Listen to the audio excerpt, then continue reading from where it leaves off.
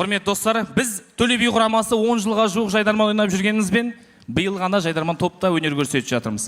9 ай бойы өнер көрсетіп бір түсінгеніміз, осы уақытқа дейін 10 жыл бойы Қазылар алқасының тұрақты мүшесі болып, Ләйла Сұлтанқызы әпшеміз қаншама жайдарманшыларды осы жайдарманнан түлеткен.